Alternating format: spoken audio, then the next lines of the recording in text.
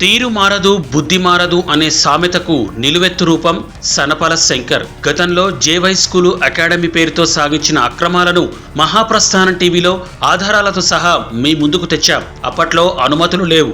ఇప్పుడు బోర్డు మార్చి brilliant world school అని కొత్త అవతారమెత్తిన అదే కథ, అదే లీల.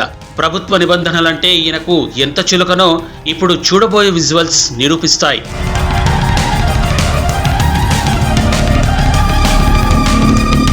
ఈ విద్యా సంస్థకు ప్రభుత్వ రికార్డుల ప్రకారం కేవలం 1వ తరగతి నుంచి 7వ తరగతి వరకు మాత్రమే అనుమతి ఉంది. కానీ బయట బోర్డులపై మాత్రం ప్రైమరీ నుంచి 10వ తరగతి వరకు పర్మిషన్ ఉన్నట్టు కలరింగ్ ఇస్తూ పెద్ద పెద్ద అక్షరాలతో బ్యానర్లు కట్టేశారు. ఇది పక్కా మోసం కాదా?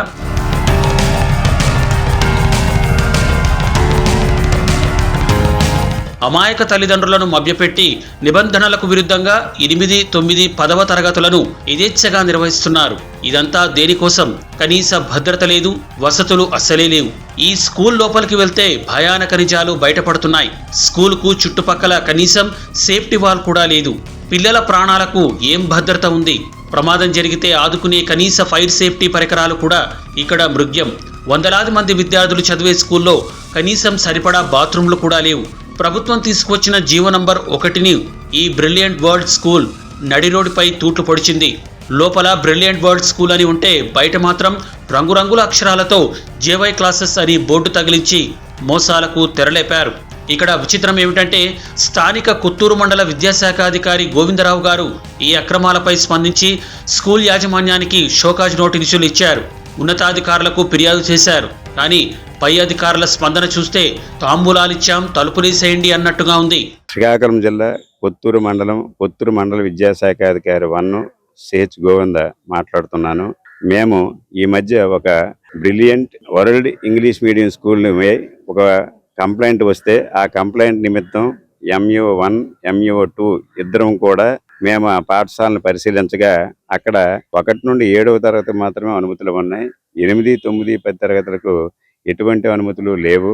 అనుమతులు లేకుండా మీ పాఠశాల ఎలాగ మీరు రన్ చేస్తారని వారికి ఒక షోకాజ్ నోటీస్ ఇవ్వడం జరిగింది. ఇదే విషయాన్ని మా డిప్యూటీ గారికి, డిఓ గారికి, ఆర్జేడి గారికి మేము తగు చర్యల నిమిత్తం పంపించడం జరుగుతుందని తెలియజేస్తున్నాను. అలాగే పాఠశాలకి ప్రహరీ గోడ కూడా లేదని మా పరిశీలనలో తేలింది. హై స్కూల్ ఇన్స్పెక్షన్ అధికారి అయిన టెక్కలి డిప్యూటీ డిఈఓ, జిల్లా విద్యాశాఖ రవిబాబు, వైజాగ్ ఆర్జేడి విజయభాస్కర్లకు ఇవేవి పట్టడం లేదా? మీ కళ్ల ముందే ఇంత అరాచకం జరుగుతుంటే ఎందుకు నోరు మెదపడం లేదు? ఈ మౌనానికి వెనక ఉన్న ఆమ్యామ్యాల మమకారం ఎంతో చెప్పాలి. నిబంధనలకు విరుద్ధంగా స్కూల్లో పాఠ్యపుస్తకాలు అమ్ముతుంటే విద్యా సంఘాలు ఎందుకు ప్రశ్నించడం లేదు? ప్రభుత్వ నిబంధనల ప్రకారం స్కూళ్లకు మ్యాక్సీ క్యాబ్లను వాడకూడదు. కానీ ఇక్కడ కాలం చెల్లిన ఫిట్నెస్ లేని మ్యాక్సీ క్యాబ్ వాహనాల్లో పిల్లలను గొర్రెల మందలా తరలిస్తున్నారు. రవాణా శాఖ అధికారులు, స్కూల్ యాజమాన్యం కలిసి విద్యార్థుల జీవితాలను గాల్లో కలిపిస్తారా అంటూ సమీప గ్రామస్తులు నిరసన వ్యక్తం చేస్తున్నారు.